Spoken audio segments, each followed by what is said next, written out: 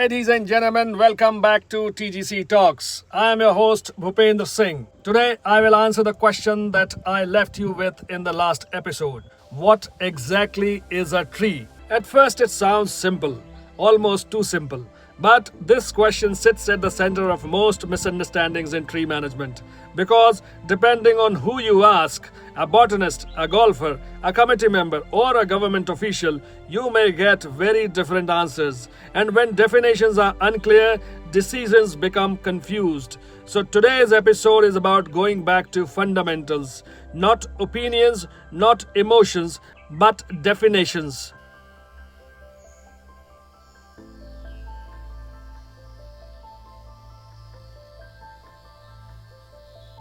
Let's begin with science.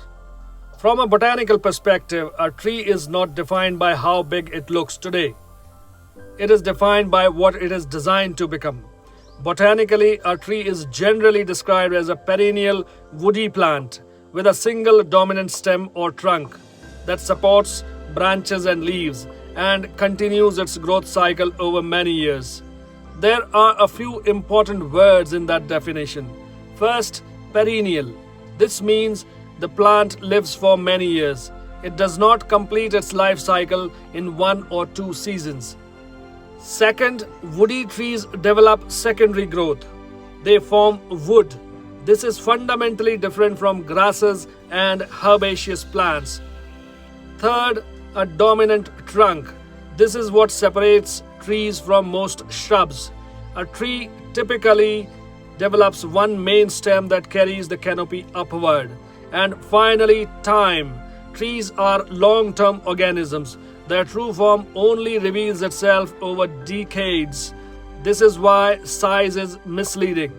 A plant that is 1 meter tall today may already be a tree biologically. It simply hasn't expressed its mature form yet. From nature's point of view, a tree is a tree not because of how it looks this year, but because of what it is programmed to become over its lifetime. This distinction is critical for golf courses because when we evaluate trees only at planting stage, when they are small, neat and non-threatening, we make decisions based on appearance, not biology. And biology always wins in the long run. Another important point. Botany does not assign value. It does not decide whether a tree is good or bad for golf. It simply explains how a plant grows, spreads, and interacts with its environment. So when science calls something a tree, it is telling us this plant will develop height, canopy, wood, and roots, and it will do so continuously over many years. Ignoring that reality does not stop the process. It only delays the consequences.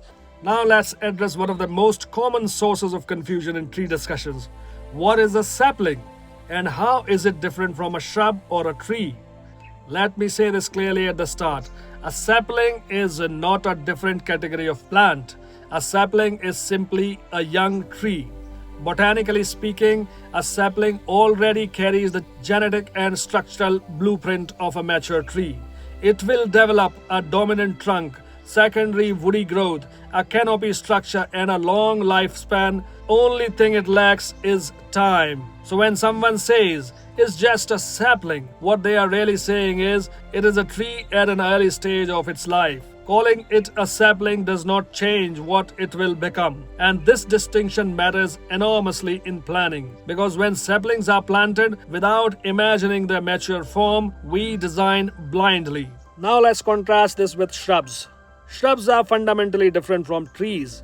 Most shrubs have multiple stems emerging from the base, do not develop a single dominant trunk, remain relatively low at maturity, exhibit bush-like growth habits. Even when shrubs grow tall, their structural behavior remains different from trees. The root systems are different. Their canopy interaction with the sunlight is different. Their long-term impact on turf and infrastructure is different. This is why in golf course design, shrubs are often used deliberately as buffer vegetation, as visual screens, as replacement for turf in deep shade, or as low-impact landscape elements. Trees, on the other hand, are environment-shaping organisms. They influence sunlight availability, airflow, moisture retention, temperature patterns, root zone competition, and long term maintenance dynamics. Now, there's one more category we need to clarify because this is where biology and law often intersect, and that is the concept of heritage trees. Because once a tree crosses into that category, it is no longer just a biological entity, it becomes a protected one. Let's talk about that. A heritage tree is not defined by biology alone, it is defined by value. A tree may be declared a heritage tree because of its age, its size, its historical association, its cultural or religious significance, its rarity or ecological importance. In simple terms, a heritage tree is a tree that society has decided is too valuable to lose easily. And once a tree enters this category, its management changes completely. From that point onward, removal becomes extremely restricted. Transplantation requires special permissions. Even minor pruning may need prior approval. Monitoring and reporting become mandatory. Now, to fully understand why so many trees related conflicts arise, we must move beyond biology altogether. Because at this point, nature steps aside and law takes over.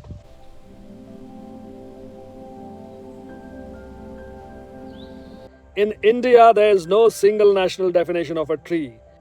In Delhi Preservation of Trees Act 1994, under Section 2 of the Act, a tree is defined as a woody plant that has branches supported by a trunk or body of at least 5 centimeters in diameter and is at least 1 meter high from the ground. While in Maharashtra and Karnataka, as per Tree Acts, all standing plants are trees, small or big, unless the tree authorities exempts them by notification.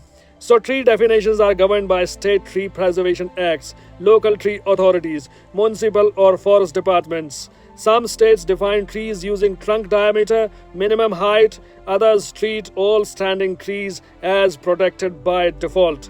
The most important legal truth is this: a plant can be legally treated as a tree even if it is small. And equally important, the landowner does not decide whether something is a tree, the law does. This is where most problems arise. A superintendent may say it's just a small tree, a committee may say it can be replaced, but the law may say this is protected tree. This gap between natural understanding and legal classification creates conflict. Why definitions matter in tree management? If you don't know what a tree is, you can't plan planting properly, you can't design responsibly, you can't manage legally, you can't communicate decisions clearly. Tree definitions affects pruning, permissions, transplantations, approvals, removal processes, compensatory planting, obligations. This is why tree management is not just agronomy, it is governance. Here is the practical message. Before planting, know whether the species is legally classified as a tree. Know how it will be treated in 10, 20, or 50 years. Before pruning or relocating, confirm legal classification. Consult the relevant authority. Good tree management begins with definition clarity.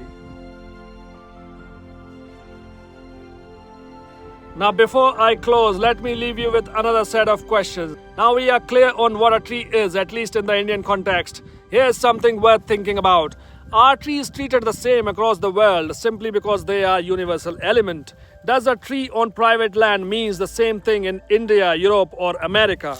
Who truly owns a tree? The landowner, the community, or the state? Why can a tree be freely removed in one country but strictly protected in another? And finally, what can golf courses learn from how different countries balance property rights, environmental responsibility, and long-term planning? Think about it. Share your thoughts in the comments. In the next episode of TGC Talks, we'll step beyond borders and explore how different countries treat trees through law, culture, and governance, and what that means for golf courses worldwide. Thank you for watching. I am Bhupendra Singh. This is TGC Talks. See you in the next episode.